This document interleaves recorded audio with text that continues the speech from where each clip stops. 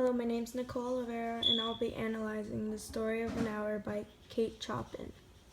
So today we'll be talking about direct characterization, indirect characterization, situational irony, dramatic irony, symbol/motifs, and theme. So for my first example, I have here underlined, Miss Mallard was afflicted with a heart trouble, which is direct characterization because it's stating that what that character has, which she clearly has heart troubles. So for my second example of direct characterization, I have, she was young with a fair, calm face, whose lines bespoke repression and even a certain strength. This is direct characterization because it's directly saying how the character is. For example, for indirect characterization, I have here above it underlined, which says, she sat with her head thrown back upon the cushion of the chair, quite motionless, which is indirect characterization because it's just emphasizing that she's in shock. For situational irony, I have here, she was beginning to recognize this thing that was approaching to possess her, and she was striving to beat it with her will.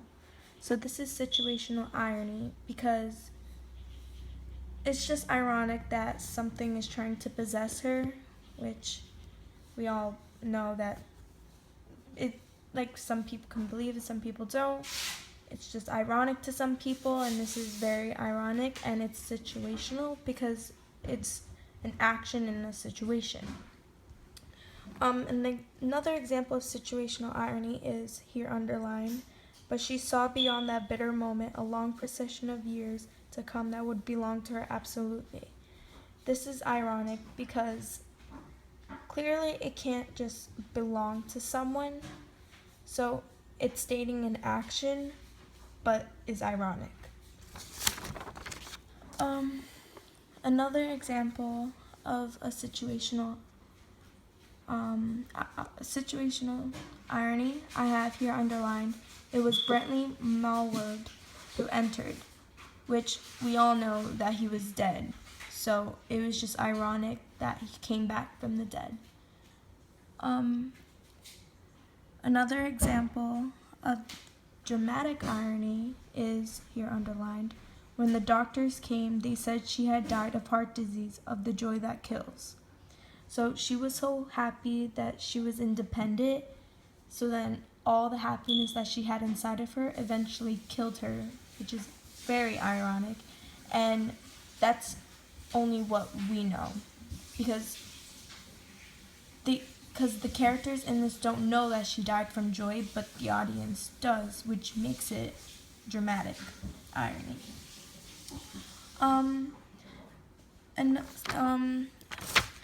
Okay, so for on the front page, it says here, free, free, free, which is a motif because it is repeatedly quite a bit throughout here, as shown in here. Free, body and soul free, she kept whispering. It makes a motif because she's just basically saying that she just feels free because after her husband died, she actually felt free afterwards. She was obviously upset for a while, but then she realized that she was actually free. So, another example could be for theme, we have here underlined, there was a feverish triumph in her eyes, and she carried herself unwittingly like a goddess of victory, which is just her just being more happy and more confident in herself after her husband has recently died. Another one would be backed with the direct characterization with the Miss Mallard was afflicted with heart trouble. It could also be a symbol because the heart can be affiliated with love, comparing to her having troubles with her husband. So that's all I have today with analyzing of The Story of an Hour by Kate Chopin.